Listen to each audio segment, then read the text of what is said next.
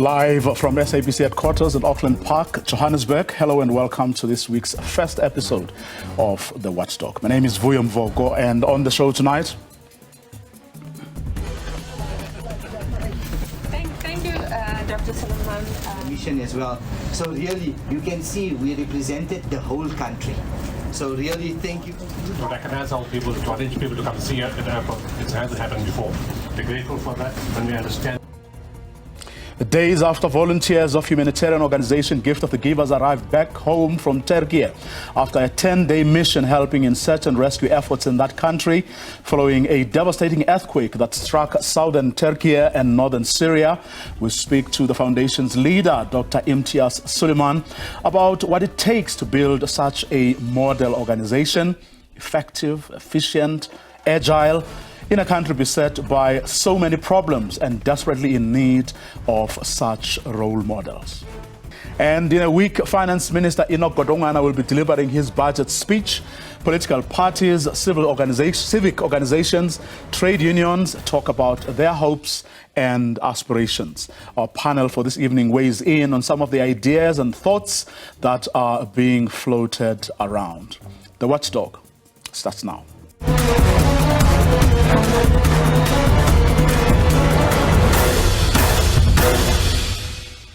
It's the start of budget week, and as usual, around this time, everyone who has a view has been expressing them.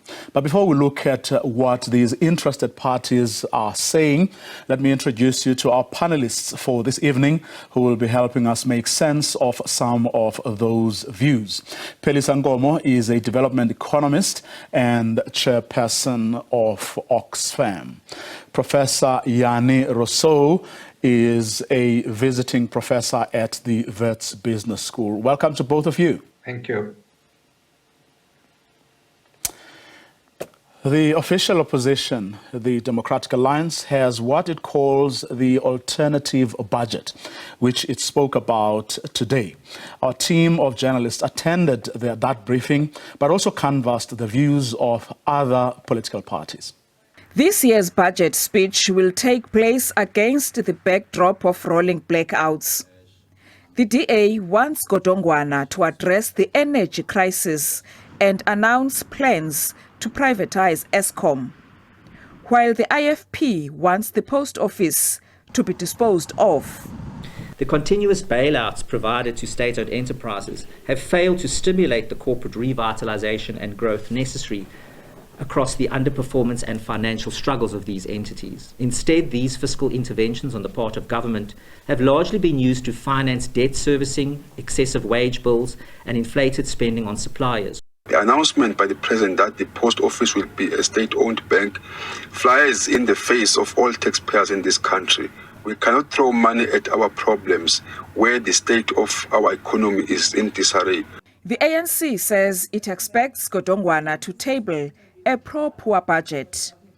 The African National Congress is expecting a pro-poor budget that seeks to re-energize the economy by placing it on a path of sustainable and inclusive growth, whilst being responsive to current electricity availability challenges, as well as persistent poverty and inequality lines.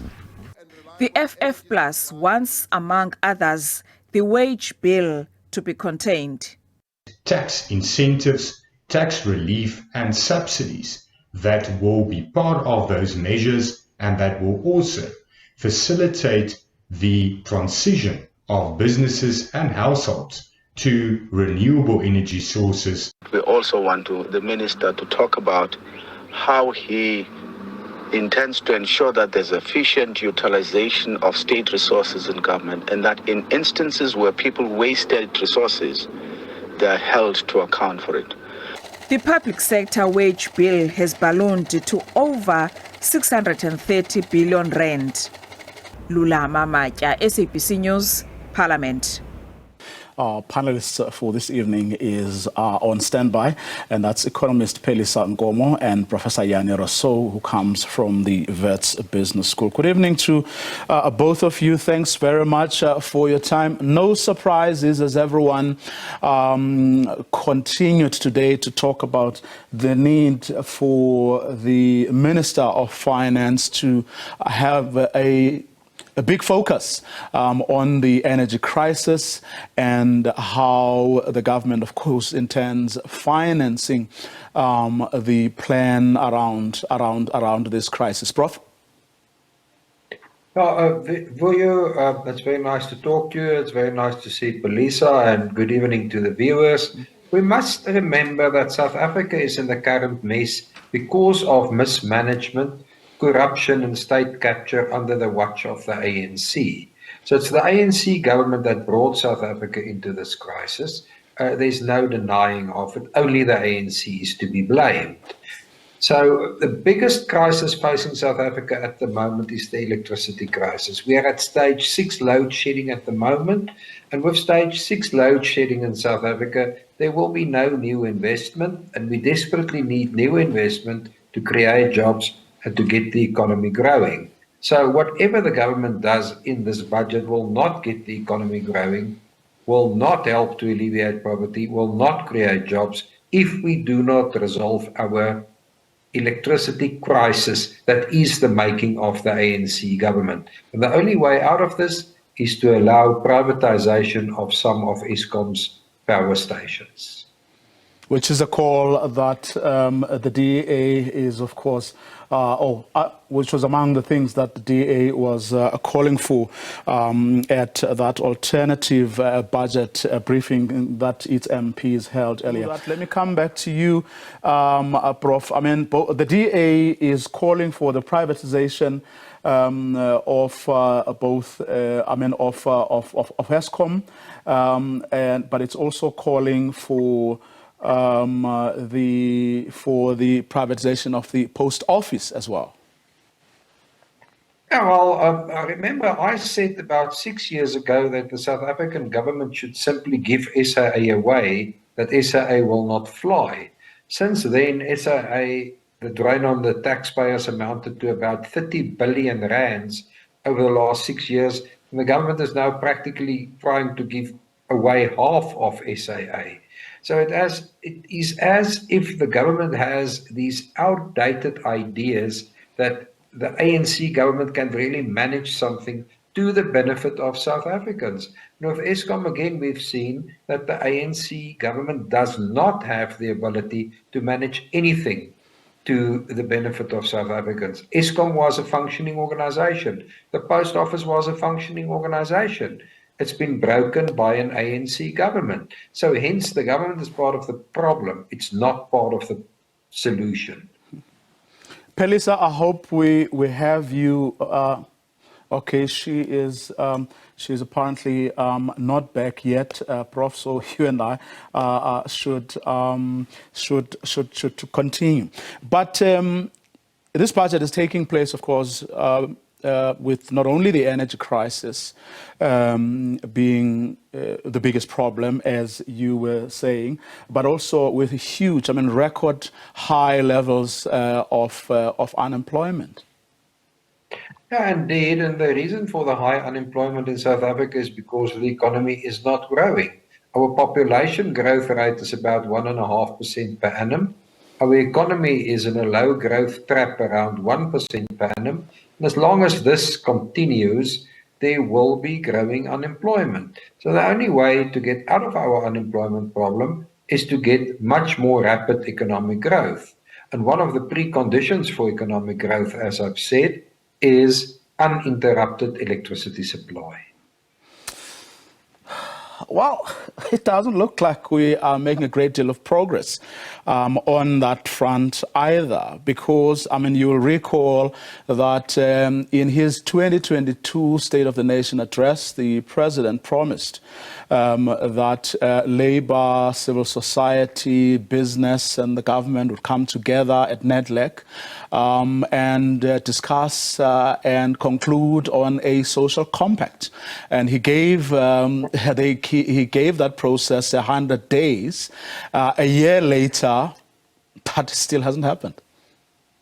Well, Vuyo, in short, we now all know as South Africans to pay no attention whatsoever to what Mr. Ramaphosa says. He talks and nothing happens. He takes no decisions. He's a very weak president. So whatever he says in, for instance, the State of the Nation address, it has no consequence. He makes these promises and nothing comes of it. I mean, the man is not even able to shuffle his cabinet.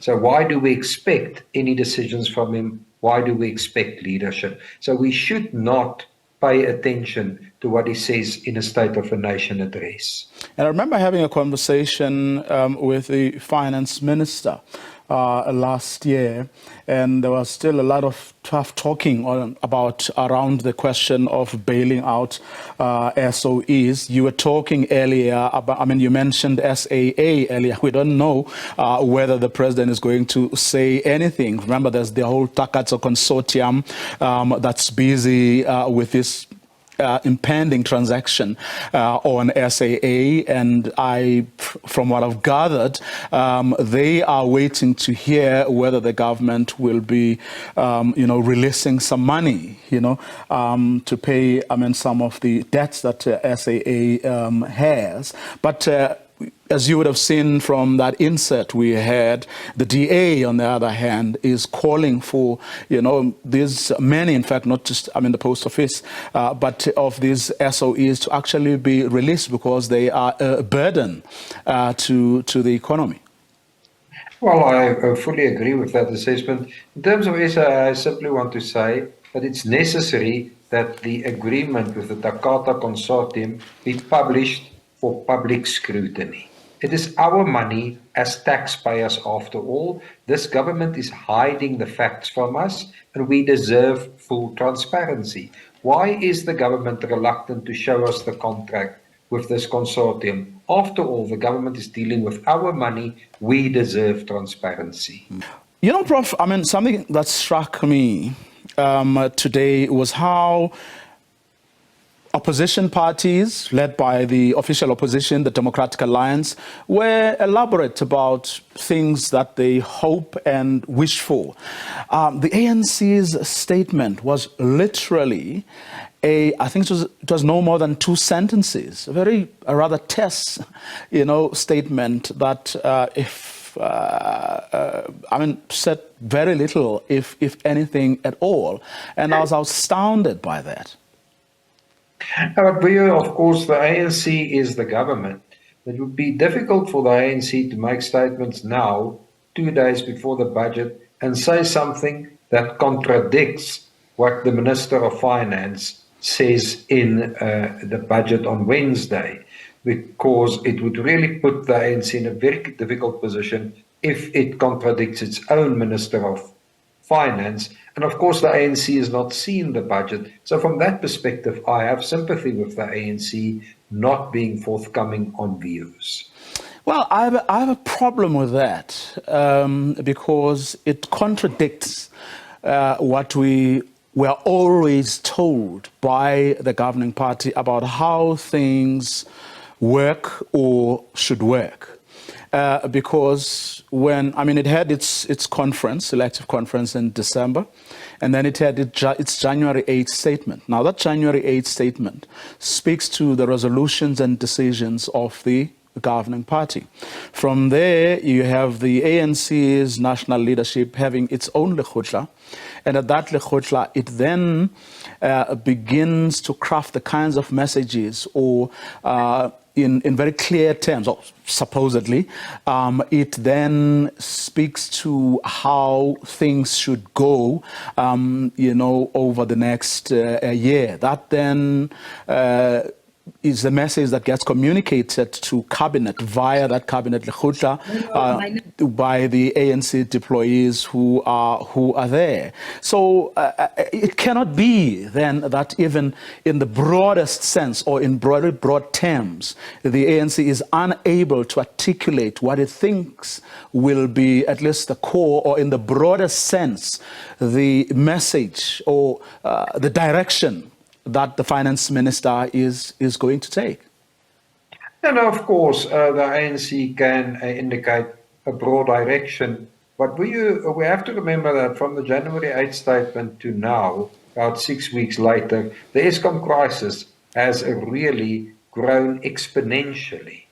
By the January 8 statement, it still seemed that the Eskom problem might be gotten under control. But with stage 6 load shedding now and even higher stages being promised, this is the single crisis that is now overshadowing everything in South Africa, and that really overshadows the budget. And it's as if events moved faster than the ANC government in its own thinking. Well, we're going to take a quick ad break. This conversation continues right after this. Don't go away.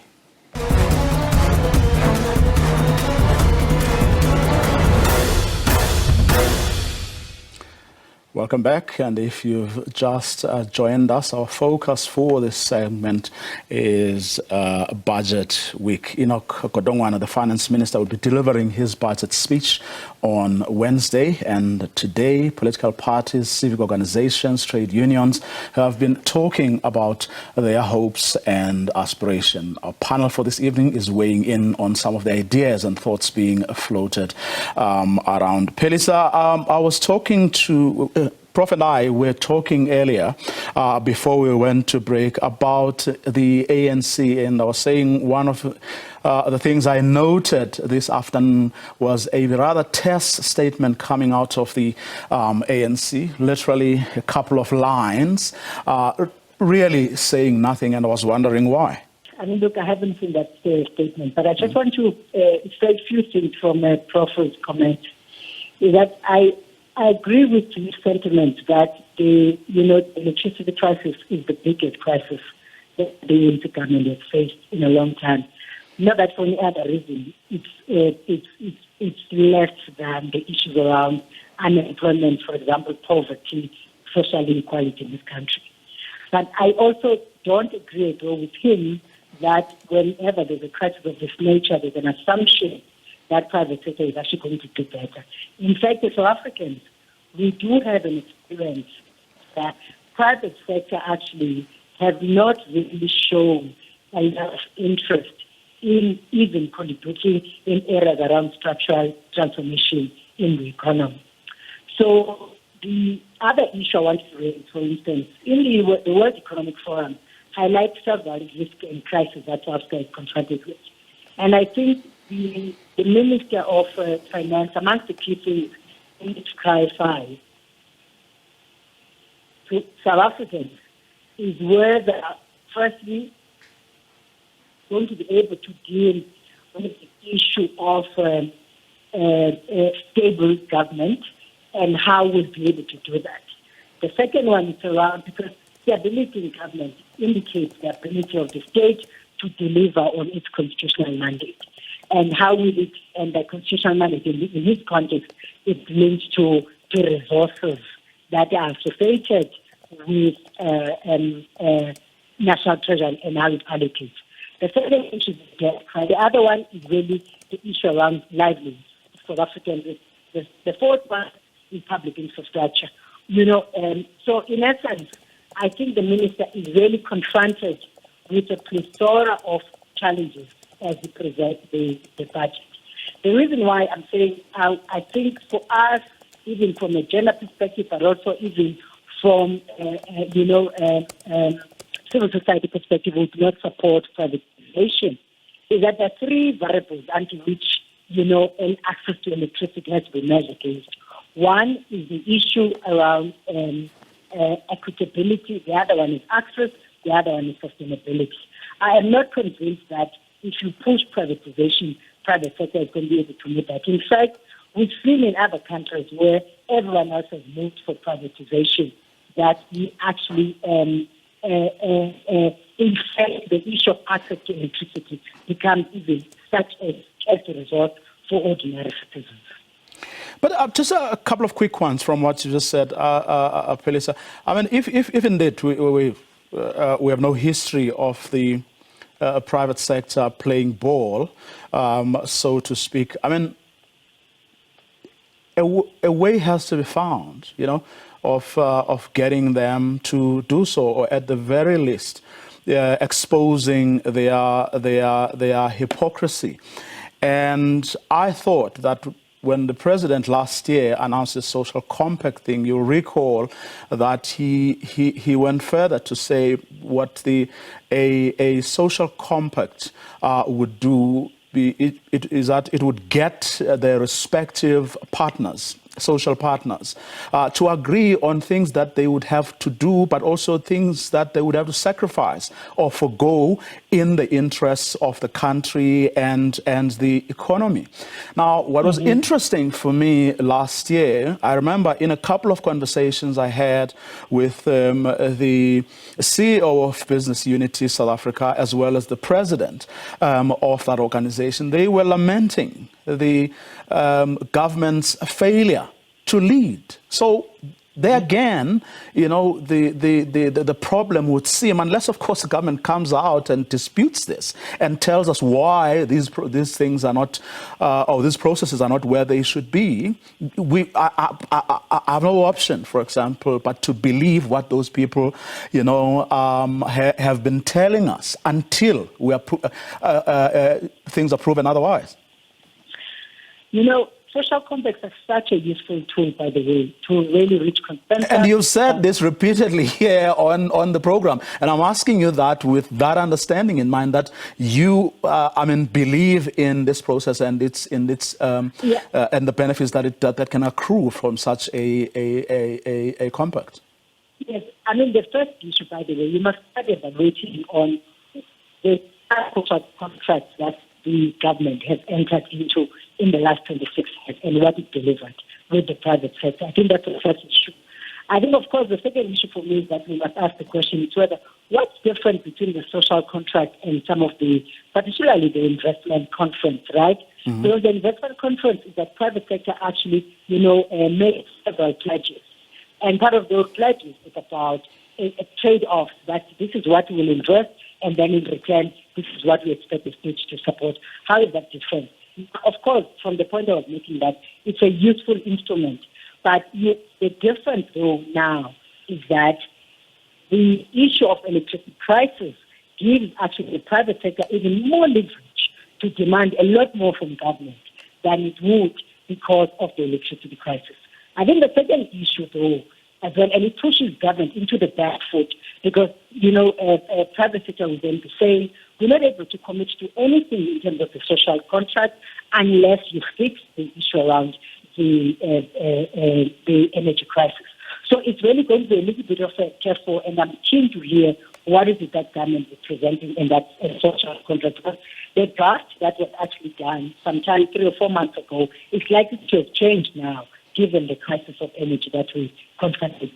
But I also know that the South African private sector has really been holding most of their investment. And in fact, about just before COVID, we learned that private sector is actually sitting with a reserve of just above 1 trillion because they actually were not sure whether they should invest that money in South Africa or they should actually be taken offshore.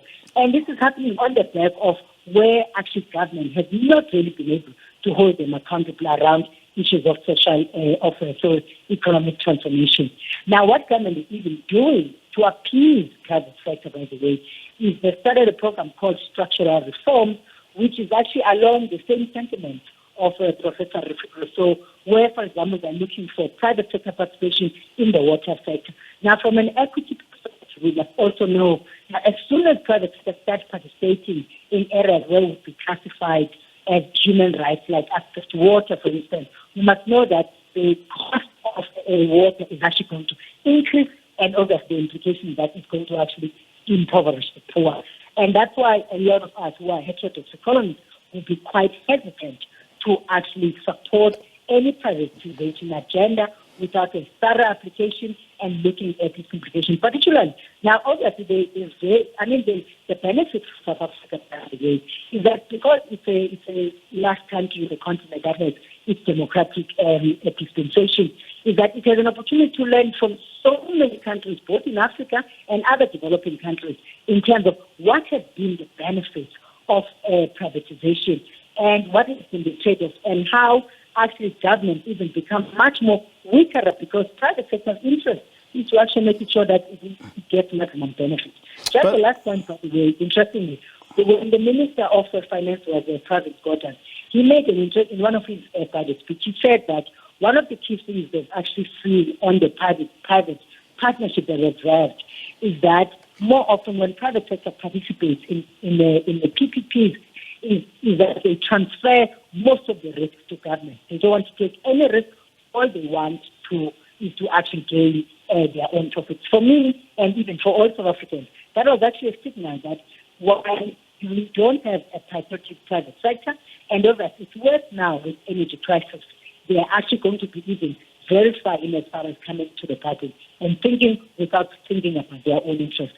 The last point is that, interestingly, I read a week ago that global CEOs were saying evolve or die. I do think that the South African government needs to think about the evolution of its own economic policy, which has actually really been benefiting private sector with minimal benefit for the poor of this country. And that's why we continue to experience a rise in unemployment rate in this country, including poverty and social inequality. I think that's why, 28 years down the line, a lot of people have lost patience because precisely for one of the reasons you have just articulated so well. Being the last, country to be, or one of, liberated, we should have known what's coming, for us, and perhaps have been a lot more prepared than has been the case. But we've run out of time, but there's a couple of things I still want to canvass with both of you. I want us to take a listen to what COSATU, among the trade union federations that have been speaking, has had to say its expectations and what it would like to see come Wednesday. The Congress of South African Trade Unions is looking forward to the 2023-2024 budget due to be tabled in Parliament this week. Key to the issues that society will have a keen interest in is definitely the allocations in terms of addressing the crisis within Eskom, as well as the budgetary allocations in terms of the social relief of distress grant. This budget needs to move away from what we believe is ineffective and failing budget cuts that have only served to suffocate and squeeze an already struggling economy. It is deeply worrying that since 2014, Treasury has viewed the budget as a primary tool for implementing a contractionary fiscal policy. Since 2014, both the revenue and expenditure side of the budget have been confined within the parameters of gear. As COSATU, we believe that the country is facing at least 5 critical socioeconomic challenges against which the Treasury's tax and spending policies must be measured, namely rising extreme poverty, unprecedented levels of unemployment, rising multi-dimensional and intersecting inequalities, dilapidated economic and social infrastructure, as well as elite corruption and widespread crime. These are the challenges that we think cannot be addressed in the context of budget cuts and contractionary fiscal policy. Prof, you had some of COSATU's demands? Yeah, well, Vuyo, it's very simple. The ANC government is the problem. It's not the solution. We're in this mess because of 29 years of ANC government bringing us into this mess. So the government is not the solution, the government is the problem. It is a pretty reasonable request from people in South Africa and businesses in South Africa to ask for the past 15 years for uninterrupted power supply, which the government couldn't give us. So give us another option. The government is the problem, it's not the solution. It's time for the government to move out of the way so that the private sector can have an opportunity to fix the country, because the government can clearly not do it. We've heard COSATU telling us that the government is the problem.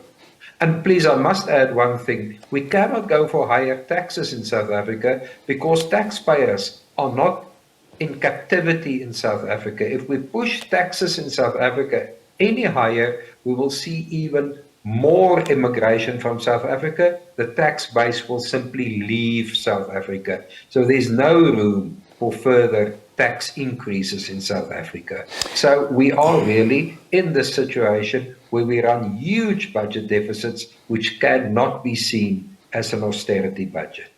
Well, Pelisa, I mean, a part we didn't play in that clip, Cosatu is arguing or asserts that all the commitments made by the president in his State of the Nation address will only be achieved if the government fixes its relationship with public servants. It says nurses are exhausted from covering countless vacancies. Doctors are working 48-hour shifts.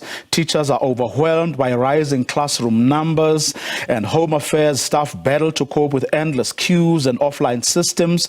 SAPS members are expected to catch well-resourced criminals while at the same time worrying about drowning in debt. And we know, of course, there is this looming public service strike, and they will be giving the finance minister a notice on Wednesday. I mean, on the money, the issues are raised are so correct. But here's the fundamental issue here, which is really the foundation of why we're finding this crisis, is that if you endorse liberal policy, there are several things that it does to society. I think firstly, it promotes consumerism. It makes citizens to rely on money as the only important resource for them to survive, because everyone else has to economically migrate to come and look for jobs in the cities. So people have disconnect in terms of relationship, in terms of land. So in essence, all the different, public servants that you've actually listed, all of them actually are dependent on money to survive. And one of the pressures that we've been really raising, by the way, in the last probably 10 years, is that as long as you have a macroeconomic policy, particularly from a monetary perspective, that continues to squeeze citizens out in a form of true interest rates, which that's what has been happening. And that's why, because it's correct to say workers are exhausted. In fact, equally, citizens are exhausted. That's why communities, particularly black communities, in fact, all of us in South Africa, are living in fear, because when you have a rise in social inequality, there's value of human life reduces, people are turning against each other, but everyone else is actually on a survivalist mode, and they're trying to make it sure that they can acquire as many resources they have to feed their families and have a bit of social, financial security. So I do think that what government truly needs to do, and the point I was making, it needs to evolve.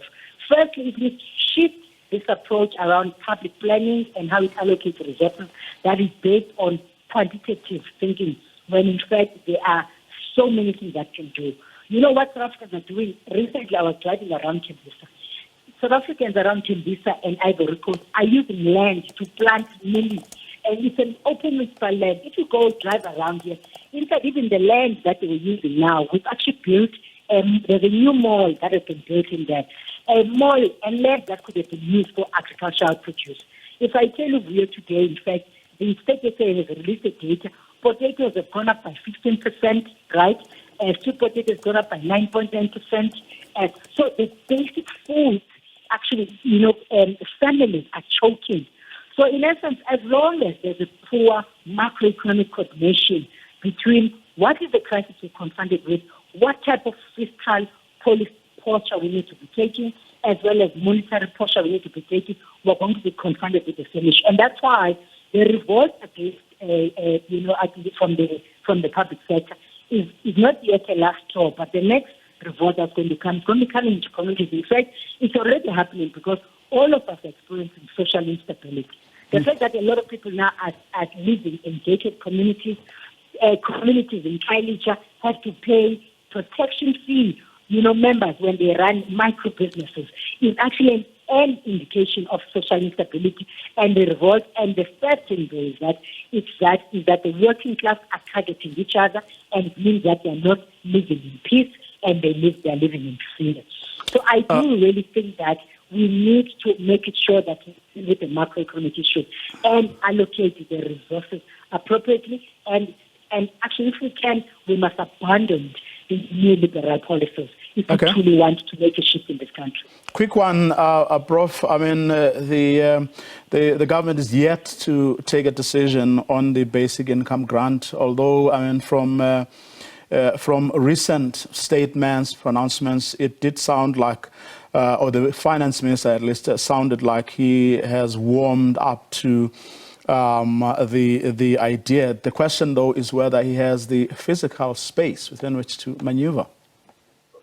Yeah, indeed, fiscal space is the name of the game. The government at the moment is borrowing at the rate of about R1 billion a day.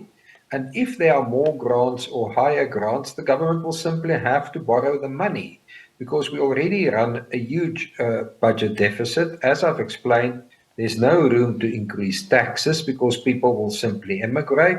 So the choices are very, very limited. And in the midst of this, we have to sort out Eskom. We have to fix Eskom, and that is going to cost a lot of money, which must be in this budget. We need to know where we are going. Well, I think chances are we will continue to borrow. The question, I guess, is at what cost, to other things. But let's leave it there for tonight. Thank you very much to both you, Prof. and Peliswa. After the break, I speak to the leader, the head of humanitarian organization Gift of the Givers. They arrived back home from Turkey at the weekend after a 10-day mission helping in search and rescue efforts in that country following a devastating earthquake.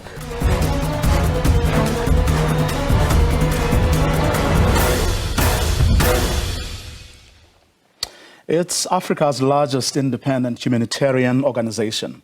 And in a country beset by as many problems as South Africa is today, it is a source of both pride and inspiration. It's the perfect example of what works when people put their minds, their hearts, and everything else they have to something. At the weekend, the Gift of the Givers volunteers returned to the country after another of the successful missions, this time from Turkey and Syria, where more than 47,000 people died, thousands are still missing, thousands more are injured, and millions are now homeless.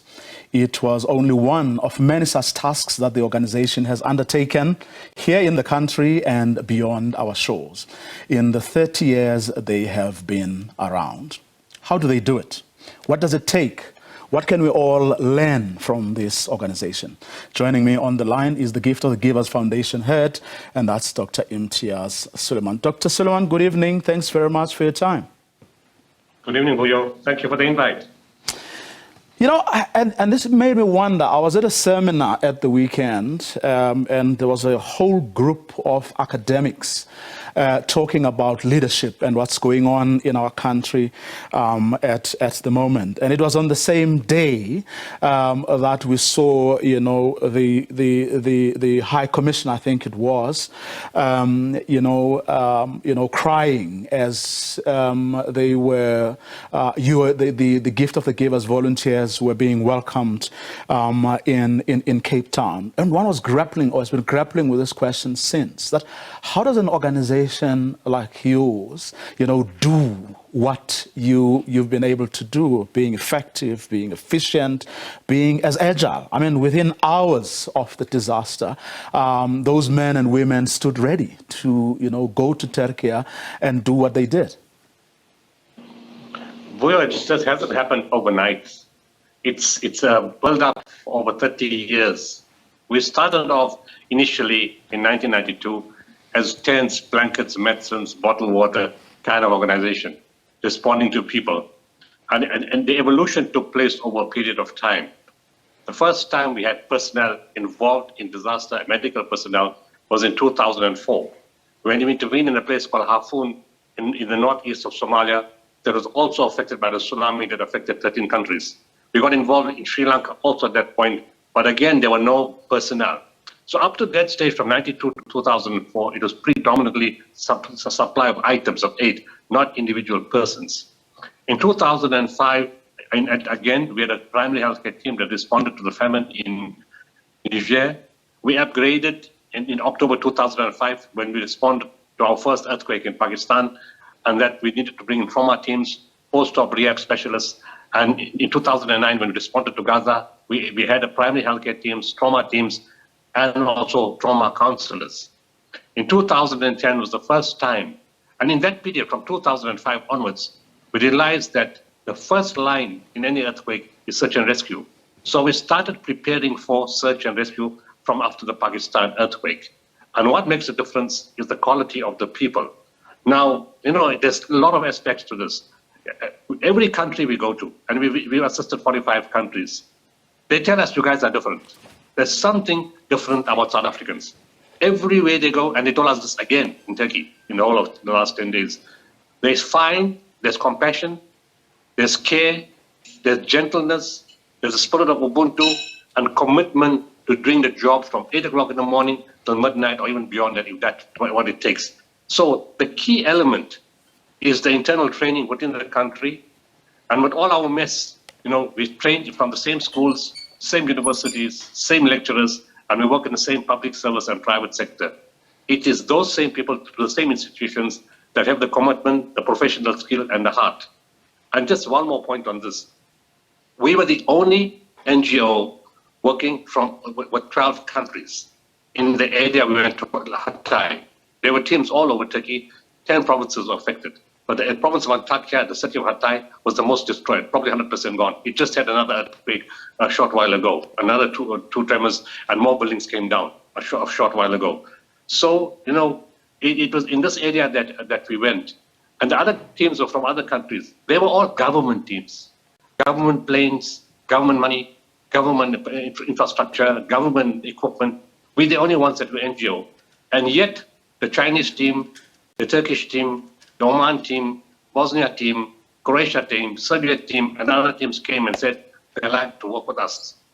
We were the only team, congregant to the SABC K9, that had 5 dogs. Nobody else had 5 dogs. The other thing, again, we may be right here in the South in Africa. Our dogs were the only dogs that could differentiate between a live person and a deceased person. The others needed 2 types of dogs, one for life and one for deceased. But South African dogs could do both. And they were amazed at this. And of course, the equipment that we had, the life locator that can pick up people 10 meters under the rubble in 3 minutes, the thermal scans that can feel the heat in live people, the videos, the search cams that can look into the rubble, and the audio technology that with even all the sounds outside, you can hear inside. So it's a period of time. That's the search and rescue, and the medical teams have been built in the same way. It's committed South Africans who have the heart, the passion, and there's a large spiritual element in what we do. Here's what's interesting. Just two things I want to pick up on from what you've just said, Dr. Suleiman. One is, our democracy is almost as old as the organization, 2 years apart. And secondly, you rely on the same people, who work for the state, and in many instances similar or the same type of you have access to similar resources.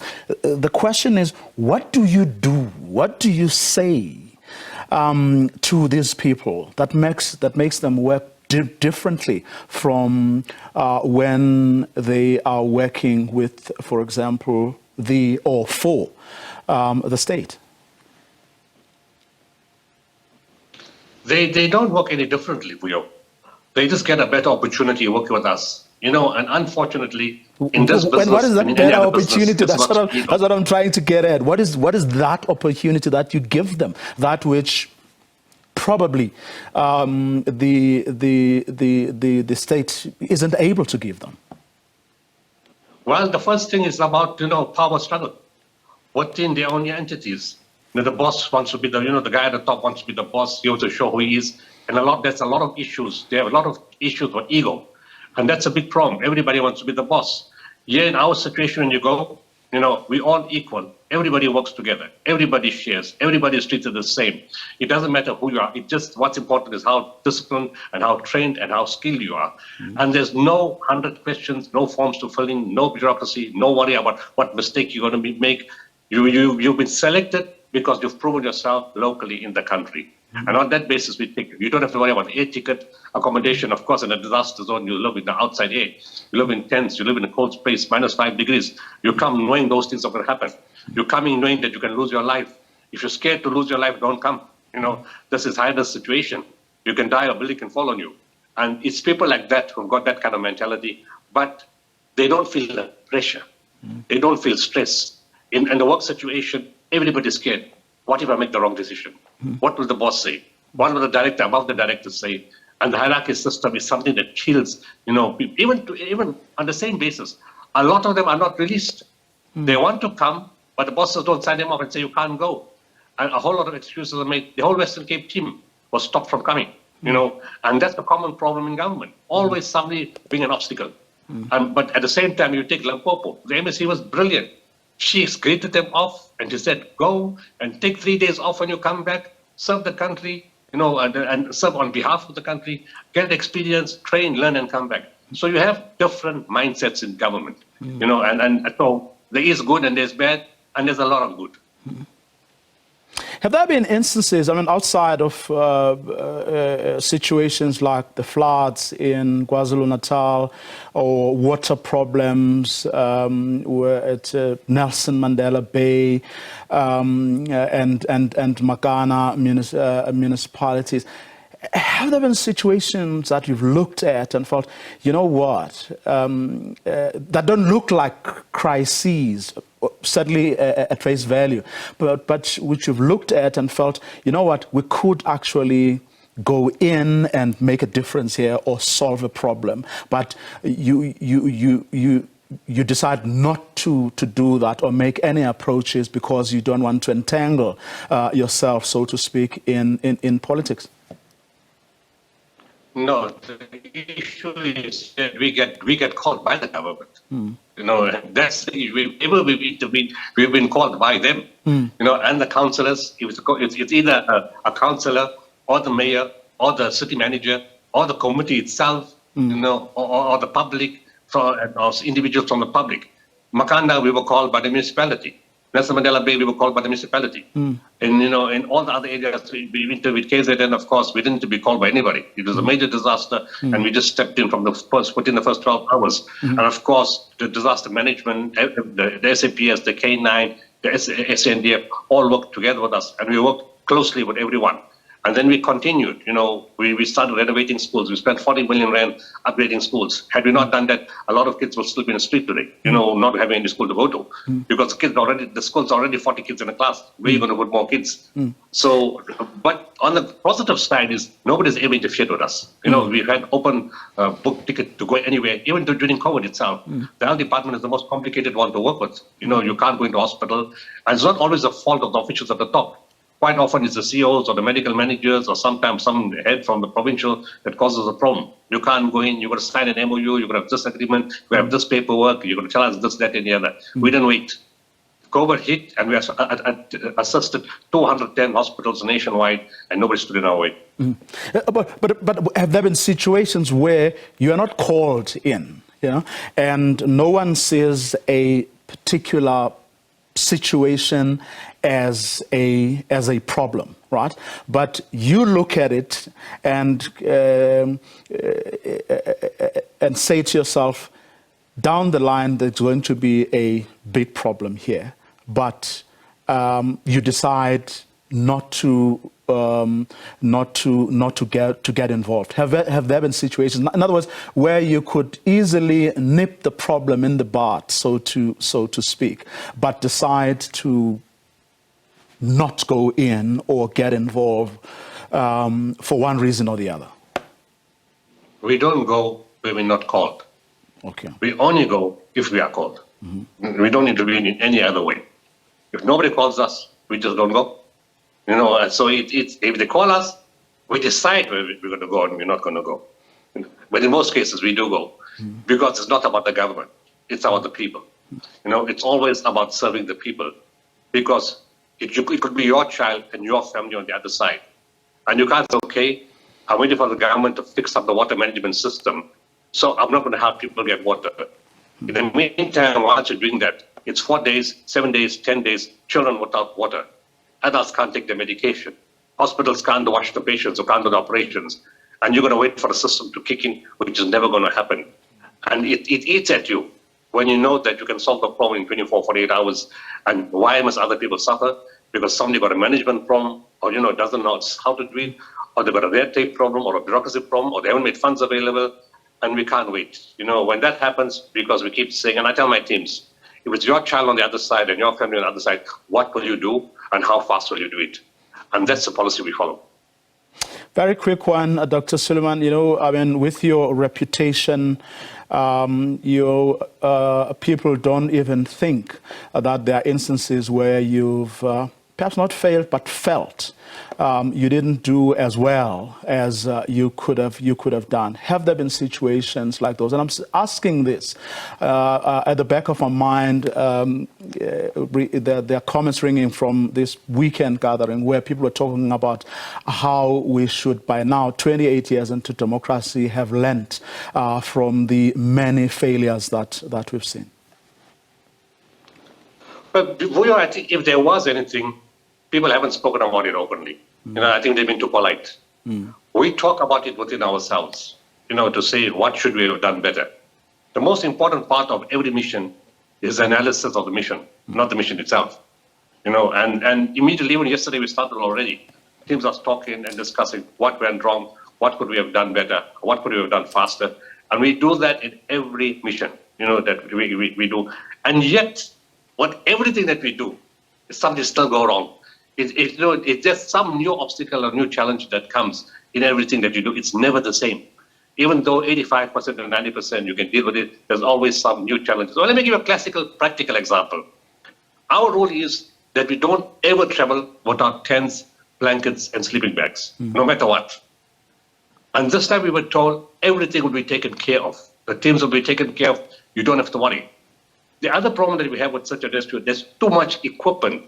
So if there's something less to carry, we just get happier, okay? You don't have to carry tents, blankets, and sleeping bags, so you got more capacity to carry such a rescue equipment. We're very happy to do that.